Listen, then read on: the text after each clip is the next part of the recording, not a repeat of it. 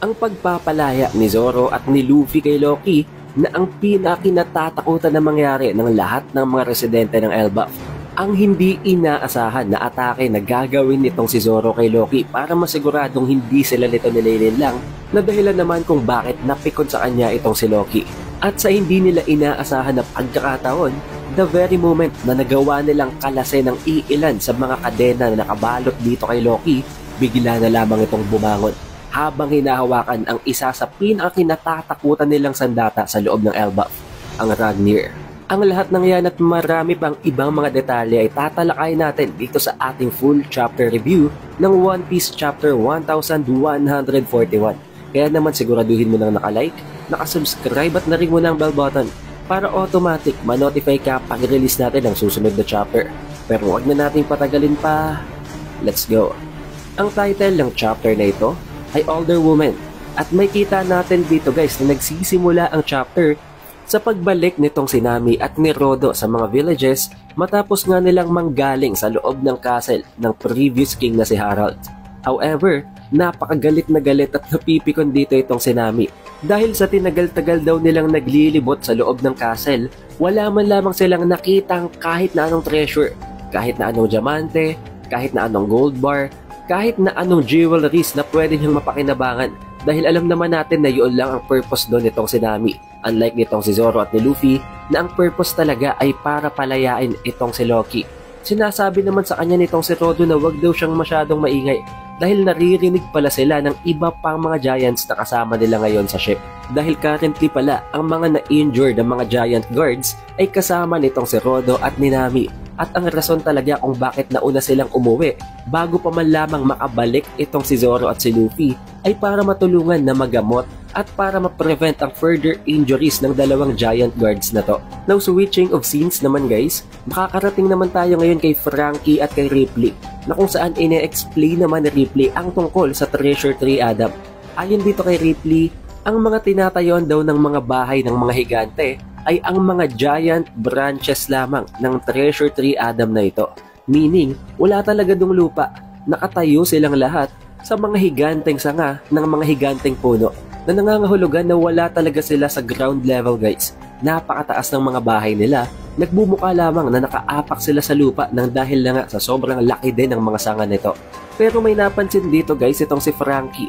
May nakita siyang isang sanga na putol na at may napakalaking butas sa gitna na kung iisipin natin, wala naman sigurong rason para putulin nila ang sangang ito. Kaya inexplain na naman nitong si Ripley kung anong nangyari sa specific na sanga na yon. Way back before daw, sa higanteng sanga daw na ito matatagpuan ng Haugen Village. However, nang dahil sa isang napakalakas na kidlat, nagsimula dito ang isang apoy. At dahil na nga daw sa sobrang tanda na rin ng sangang ito, hindi na nila mapigilan ang apoy dahil napakatuyong-tuyo na ng sanga. Napakalakas at napakabilis kumakalat ng paglingas ng apoy dito. Kaya wala silang choice, imbes na antayin nila na gumapang ang apoy hanggang sa madamay pang iba pang mga village na pag-isipan nila na putulin na lamang ito. Na dahilan naman kung bakit nasabi ni Franky na ganun din daw palang Treasure Tree Adam. Hindi din ito immune sa pagtanda. Na dahilan kung bakit nasabi naman itong si Ripley na oo, pero nagbigay siya dito ng trivia. Dahil daw doon, na-figure out ng mga giants na merong dalawang weakness ang Elbaf Kingdom. At yun ay ang lightning and fire. Now ito'y isang clue na agad guys. Isipin nyo kung sino ang may mga lightning attribute at ang may fire attribute. Binibigyan tayo dito ng hint ni Oda na yun ang mga posibleng magiging napakalakas na mga threat pagdating sa magiging laban sa loob ng Elbaf. Although oo, not directly, nakahinaan yon ng lahat ng giants, pero ang tinutukoy dito ni Ripley guys is that kapag may ganong klaseng mga attributes na ginamit sa loob ng Elbaf, masisira ang Treasure Tree Adam na mangangahulugan na masisira ang mga village, masisira ang buong Elbaf Kingdom at kung walang Elbaf Kingdom, saan naman nilirahan ng mga giants? Although indirectly, yun ang gusto niyang ipahiwatig.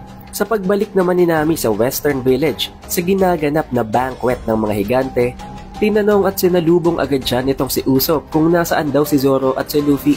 Na sinagot naman ni Nami na baka daw nag-e-explore lang. Baka naggagala-gala lang daw sa iba pang mga parte ng village. At dito guys, hindi nagtagal, biglang ipinakita at ipinakilala naman nitong si Usopp itong si Nami. Si Nami daw ay ang kanyang napakagaling na navigator. Tinanong pa nga guys nitong si Usopp si Elder Harul kung ganito daw ba ang mga type nitong si Harul. Na sinagot naman nitong si Harul na although hindi daw siya paniniwalaan nitong si Usopp, ang katotohanan daw is that mas gusto daw niya ang older women. Nang dahil dito, tinawanan siya ni Usopp at nang dahil na nga sa sobrang lasing na ito, nakalimutan niya na hindi pwedeng galawin ang sword na nakatusok sa ulo nitong si Harul. Hinampas niya ito habang tinatawanan at sinabi din ni Usopp dito kay Harul na alam naman daw nitong si Harul na siya ang pinakamatandang entity sa loob ng verse, sa loob ng mundo. Kaya naman wala siyang mahanap na babae na kasing edad niya. Habang itong si Harul naman almost mawala na ng malay sa ginawang paghampas ni Usopp sa espada na nakatusok sa ulo niya. Kaya naman pinigilan nitong si Dory at nitong si Brogy itong si Usopp dahil baka mapatay niya itong si Harul. Habang si Usopp naman, lasing na lasing pa rin talaga guys, habang tinatawag pa na Excalibur daw ang nakatusok na espada sa ulo ni Harul. Dapat daw bunutin yon. Na sinagot naman itong si Brogy na hindi niya pwedeng gawin yon. Mamamatay si Harul dahil tatagas ang dugo niya doon. Tawang-tawa din sa kanya itong si Brook guys, habang sinasabing lasing na lasing daw si Usopp. Pero kahit naman si Brook, lasing na lasing din guys dahil kung titingnan natin, mali na ang placement ng ulo niya ngayon. Nasa ibang ulo na ito ngayon. Habang nag-uusap itong si Jinbei at itong si Nami, kahit alam na alam nilang sobrang lasing na talaga si Usopp, hindi nila ito pinipigilan. Hinahayaan nila itong mag-enjoy dahil lahat naman sila aware sa loob ng Straw Hat Crew na ito talagang pangarap ni Usopp. Kaya hindi na sila magtataka kung bakit ganito na lamang katindi ang ginagawang feast nito, kung bakit ganito na lamang siya nag-e-enjoy. Habang itong si Sanji naman, meron ding sarili niyang interes. Hinahanap niya itong si Gerd pero hindi niya ito makita. Dahil as of now, ito palang si Gerd ay kasama nitong si Rodo. Dinala ni Rodo kay Gerd ang dalawang injured na mga giants na itinatanong naman ni Gerd kung ano nangyari. Bakit daw bigla na lamang nagkaroon ng ganito katinding mga injuries ang mga giants na ito? At hindi lamang yun, hindi daw ito mga normal na higante. Sila ay isa sa mga elite ng mga giants, kaya nga silang na-assign bilang mga guards sa loob ng castle. Dahil kahit na daw mga normal na human or normal na higante, hindi ito basta-basta magagawa sa dalawang ito. Dahil ang dalawang ito ay meron daw multiple bone fractures at ang isa sa kanila ay para bang tinusok. Binutas ang laman sa pamamagitan ng isang napakamatilos na bagay. Ang pinakaunang naging explanation dito guys ni Rodo kung bakit nakarating siya sa loob ng castle is that naghahanap lang sana siya ng mga impormasyon, mga bagay na magagamit niya para may improve ang mga laruan niya, ang Block Castle, ang diorama na nakita natin na pinasukan nila Luffy. Napansin lang niya na parang may hiwa daw ang pinto or ang gate ng castle. Kaya naman tinignan niya kung anong nangyayari sa loob. At doon niya nakita ang dalawang injured na guards na ito, kaya agad niya itong dinala kay Gerd para maiwasan na maging malala pa ang kanilang injuries. Pero napapansin talaga ni Gerd na may mali, na hindi nagsasabi ng totoo itong si Rodo dahil pinagpapawisan talaga ito ng malala. Kaya naman sinabi dito ni Gerd na kung hindi daw sasabihin ni Rodo ang totoo, sasabihin at isusumbong na lamang siya ni Gerd kay Elder Harul. Na sinagot naman ni Rodo na hindi niya pwedeng gawin dahil unang-una sa lahat, wala naman siyang sapat na impormasyon. Hindi niya pa nako-confirm ang kanyang mga assumptions, ang kanyang mga hinala. Kaya naman parang magbibigay lamang siya ng false na mga informations. At hindi lang yun, kapag ginawa daw yun itong si Gerd, masisira ang nangyayaring banquet. Magiging siyang isang party pooper. Kaya naman hindi nagpatuloy itong si Gerd sa paglalakad, habang ito namang si Rodo ay nag-iisip ng napakalalim na kung sana lamang daw, kung sana lang pagkapakawala nitong si Zoro at ni Luffy dito kay Loki, ay agad na itong umalis at hindi na mamalagi sa loob ng Elbaf. Walang problema, kahit maghasik daw ng lagim itong si Loki sa ibang parte ng mundo, sa ibang mga countries, sa ibang mga island, wala na siyang pakialam as long as hindi sa loob ng Elbaf. Dahil kung matutuklasan daw ng iba pang mga higante na tinulungan niya si Luffy at itong si Zoro na pakawalan si Loki, mabibigyan siya ng titulo na isang traidor at baka ma-exile or ma-banish din siya sa Elbaf Kingdom. Pero nang dahil na nga sa napakamalalim ng iniisip nitong si Rodo, napansin nitong si Gerd na may kinalaman talaga siya sa mga pangyayari. Kaya naman habang hindi siya nagmamalay, hinampas siya nitong si Gerd ng napakalaking axe na hawak-hawak niya. At gamit ito, pinagbantaan niya si Rodo na pipilitin niya itong tumuga kahit anong mangyari. Kung hindi, bubugbugin at torturein niya ito. Then switching of scenes guys, makakarating tayo sa Realm of the Dead or sa Underworld, na kung saan ay dala-dala na nga nitong si Luffy at nitong si Zoro ang susi na magpapakawala dito kay Loki. Gulat na gulat itong si Luffy guys dahil unang-una sa lahat, hindi naman ganito kalala ang sitwasyon nitong si Loki nang una niya itong makita. Napakarami na ng napaka-vital na injuries nito na alam naman natin na dulot ng ginawa at ng iniwan na atake nitong si Shamrock. Ito namang si Zoro guys, gulat na gulat. Hindi niya akalain na ganito pala kalaki itong si Loki. Napakalayo daw talaga ng size difference nito kahit na ikumpara pa sa ibang mga higante. Na hindi naman nakakapagtaka guys dahil na-explain naman na natin ito sa previous chapters. Tulad ng kanyang ama na si King Harold, meron siyang ancient giant blood na dahilan kung bakit mas malaki at mas malakas talaga sila sa ibang mga common na mga giants. Sinusubukan talaga nitong si Luffy na gisingin nitong si Loki dahil hindi talaga siya sumasagot. Iniisip na dito guys nitong si Luffy na baka patay na si Loki. Buti na lamang narinig niya na humihinga pa rin itong si Loki. Kaya hindi na siya nag-aksaya ng panahon, agad siyang umakyat dito kay Loki para tangkain na pakawalan na ito. Humihingi din siya ng tulong dito kay Zoro para patulungan siya nitong buksan at susian ang mga posas. Pero hindi nag-agree itong si Zoro sa sinasabi ni Luffy dahil unang-una sa lahat, hindi daw maganda nangyayari kung hindi ganito ang estado na nakita ni Luffy kay Loki nang huli niya itong makita. Then that changes things. Hindi ito normal. Pero nang dahil lang nga sa napansin din ni Zoro na matapos umakyat nitong si Luffy dito sa posas nitong si Loki, biglang para bang nawalan nito ng lakas. Kaya nalaman niya agad na ang mga posas na ito, ang mga kadenang ito ay gawa sa Sea Stone. At hindi lang yun, napansin din nitong si Zoro na may napakalaking mga higanteng mga halimaw din ang knocked out. Mga patay na yata sila. Hindi niya alam pero baka humihinga pa naman ang iba sa kanila. Kaya naman inulit nitong si Zoro kay Luffy na wag siyang magmadali. Wag niyang pakawalan agad itong si Loki dahil nga hindi nila alam kung anong nangyayari dito. Dahil napakatagal nilang hindi nakabalik kahit na itong si Luffy hindi alam kung anong nag-take place. Nang dahil dito nagtalo itong si Zoro at itong si Luffy. Galit na itong si Luffy dahil unang-una sa lahat, napakalala nga ng mga sugat nitong si Loki. Sinabi niya na kung hindi nila papakawalan ng higanteng ito, mamamatay ito. Na sinagot naman itong si Zoro na kahit na ganon, hindi sila pwedeng magmadali. Hindi porke mamamatay na ito ay papakawalan nila ito agad. Hindi pa daw nakakausap ni Zoro itong si Loki at hindi pa man lamang daw niya nalalaman kung anong mga pwedeng gawin ito given pa na napakasama ng reputasyon nito at ng kanyang story sa ginawa niya dito sa loob ng Elbaf.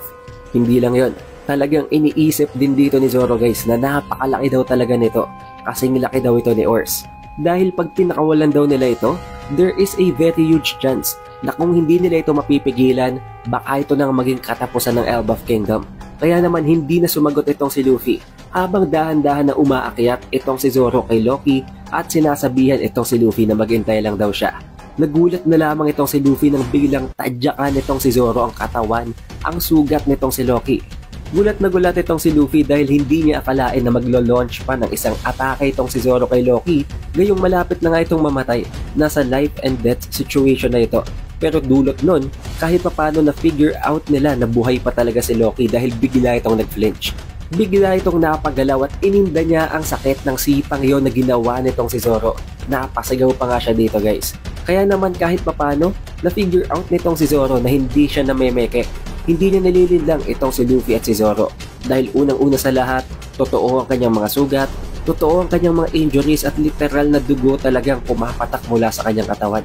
Habang itong si Loki naman ay tinititigan at nakaharap talaga dito kay Zoro at pinagbabantaan nito na ano daw bang problema ni Zoro, bakit daw siya nito inatake habang tinatawag pa si Zoro na isang bastard. However, kahit na ganon, hindi nagtagal, nawala na naman ng malay itong si Loki. Bumagsak na naman ang ulo niya. Na dahilan kung bakit nasabi naman ni Luffy na patay na daw siguro itong si Loki. Na sinagot naman ni Zoro na kung patay na si Loki, wala silang magagawa. Yun daw ang fate ni Loki. Kung mamamatay siya, mamamatay talaga siya. Hindi na nila problema yon. Kaya naman nakapag-desisyon na dito guys itong si Zoro. Ang desisyon ni Zoro, since napansin nga niya na hindi kayang akyatin at pakawalan itong si Luffy, itong si Loki, dahil unang-una sa lahat, ang mga posas, ang mga kadena ay gawa sa Sea Stone, siya na mismong magpapakawala kay Loki. Pero there is one condition, hindi nila aalisin ang lahat ng mga kadena. Magtitira sila ng isang kadena sa mga legs o sa isa sa mga paa nitong si Loki para kahit papano, meron pa ring mag-hold back sa kanya. At hindi lang yon, once daw na magising at bumalik na sa consciousness itong si Loki, saka sila mag-uusap. Kukumbinsihin daw nitong si Loki itong si Zoro kung talagang wala siyang binabalak na masama. at sa kanya ito pakakawalan completely. And for the meantime naman, pupunta daw itong si Luffy kay Chopper para humingi ng tulong at para magamot ang mga sugat nitong si Loki. Pero sinagot naman siya nitong si Zoro na hindi yun posible. Napakalayo daw pala ng library mula dito sa Underworld. Kaya ang pinaka-best choice ni Loki ay ang bumalik sa festival or sa banquet na ginaganap sa Western Village. At doon siya kumuha ng isa sa mga higanteng doktor at yun ang gagamitin nila para tulungang gamutin itong si Loki. Now although alam nila na imposibleng tulungan sila ng doktor na yon, pero once na maakit nila yun sa baba, mapipilit na nila yung gamutin si Loki. Pero panigurado naman daw na ang kapalit nun, once na makabalik ang doktor na yun sa itaas, ay papalayasin na sila. Ibabanish na sila mula sa Elbaf Kingdom. Na sinagot naman ni Luffy na wala naman daw silang choice. Kailangan nila yung gawin dahil kailangan nilang pakawalan si Loki at hindi nila pwedeng hayaang mamatay na lang to. Pero since gano'n na nga na ine-expect na rin nila na palalayasin lang din sila sa Elbaf, kukuha at mag-iipon na din daw itong si Luffy ng maraming karne dahil hindi lang naman daw yun para sa kanya. Kahit na itong si Zoro ay kailangan din daw ng sapat na enerhiya para makapag-go all out sa magiging mga further laban pa nila sa loob ng Elbaf Kingdom. Na sinagot naman ni Zoro na kung karne lang daw, walang problema. Bakit daw hindi na lang nila kainin ang lahat ng mga patay na mga higanteng halimaw na ito na nasa Underworld? Na sinagot naman ni Luffy na hindi pwede, mga kaibigan daw nila ang mga higanteng to. Dahil nakita naman natin guys sa previous chapters na naging maganda nga ang koneksyon sa gitna ni Luffy at ng mga higanteng beast na to. And personally I think hindi pa naman talaga sila actually patay. At sinabi din, binigyan talaga ng note nitong si Luffy si Zoro na ang lahat daw ng mga kaibigan niya ay hindi na nila pwedeng kainin. Na sinagot naman ni Zoro na okay, my bad daw. Nagpaalam na itong si Luffy na babalik na siya sa ginaganap na banquet para kumuha nga, para mag-fetch ng isang doktor na makakatulong sa kanila. Pero sa hindi inaasahang pagkakataon, meron palang isang napakalaking pabagsak na ship mula sa taas, papunta sa kinaroroonan nila.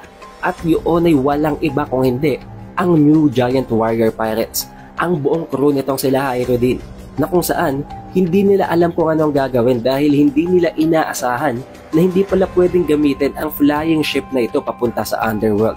Sa kadahilanan na ang mga island clouds ay wala na dito, na nangangahulugan na pwede lang nilang gawin yon kung nasa taas sila, kung nasa Sun Realm sila, or the same level ng elevation. At dito nga guys ay makikita natin na unti-unti na silang pabagsak ng pabagsak at nagpapanik na silang lahat. Hindi na nila alam kung anong gagawin. Pero kung papansinin nyo guys, nandito itong si Sanji. At may kita nyo naman na makukumpleto na naman dito ang Monster Trio. Takot na si Hyrodin at ang iba pa. Iniisip nila at tinatanggap nila na ito na ang kamatayan nila. Buti na lamang nagawa silang saluhin nitong si Luffy gamit ang kanyang gomu-gomu na balloon. Ito ang nagsilbing trampoline nila na dahilan kung bakit hindi sila namatay sa impact.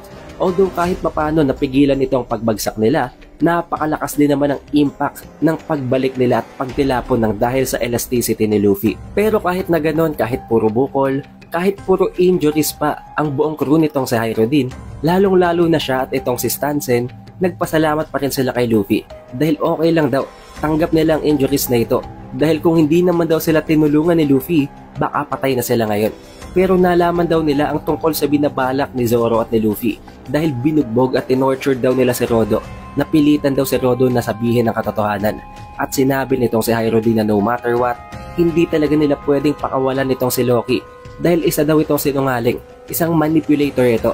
Mula pa lamang ng bata sila at magkasama sila nitong si Hyrodin, talagang alam na niya na isang sinungaling si Loki. Ang lahat daw ng gagawin nitong kabutihan, ang lahat ng sasabihin nitong kabutihan ay lahat kasinungalingan. There is never an instance na naging totoo daw ito sa mga kabutihan na behavior. Pero syempre hindi na nakapagsalita si Luffy guys. Nagawa na lang niyang mag-side-eye at pigilin ang kanyang pagsasalita dahil alam naman natin na hindi na nila maibabalik ang mga kadena. Maging itong si Zoro, wala nang ibang nasabi kung hindi. Huli na daw ang lahat. It is far too late. Napakawala na nila si Loki. At makikita natin dito sa panel na to guys, na hindi pala totoong tulog itong si Loki. Hindi siya nawala ng malay. Hindi siya unconscious. Sa pagtayo nitong si Loki ay makikita natin kung gaano talaga ito kalaki. Sobrang enormous to the point na talagang maging ang kanyang mga kapwa higante na katingala sa kanya. Na hindi naman nakakapagtaka guys dahil meron nga siyang ancient giant blood. Pero napakatindi ng aura ng panel na to guys. Wala nang nagawa itong sila Stansen at itong sila Hyro din kung hindi ang mapatingala na lamang at matakot habang sumisigaw. Pero wala silang magagawa. Maging si Luffy ay gulat na gulat dahil akala nga nila ni Zoro ay wala itong malay. Pero ito namang si Hyro din, mayroon lamang nag-iisang mensahe na sinabi kay Loki. Sinabihan niya si Loki na wag daw nitong hawakan ang Ragnir. At yun ay ang napakalaking mallet. Ang napakalaking hammer na laging nakadikit sa katawan nitong si Loki. But the question is, kung talagang napakadelikado ng weapon na ito at napaka-vital nito para sa Elbaf Kingdom, bakit iniiwanan pa ito na nandito malapit kay Loki? Bakit hinayaan nila na nakadikit pa ito sa katawan niya? Or baka naman si Loki lang talaga ang pwedeng gumamit ng sandatang to. Pero kakailanganin na nating antayin ang susunod na chapter para sa susunod na mga pangyayari. At kung gusto nyo guys, pwede ko na rin kayong gawa ng spoiler chapter reviews para hindi nyo kailangang antayin pa ang full chapter review at meron na kayong hint, meron kayong gist na kung anong mangyayari sa susunod na chapter. And good news, there will be no chapter break next week. Kaya naman malalaman agad natin kung anong mangyayari sa gitna ng mga higanteng ito at ng Monster Trio. Especially itong si Loki na kawawala pa lang. Be sure na naka-like, naka-subscribe at na-ring mo ng bell button para automatic ma-notify ka pag release natin ang susunod na video.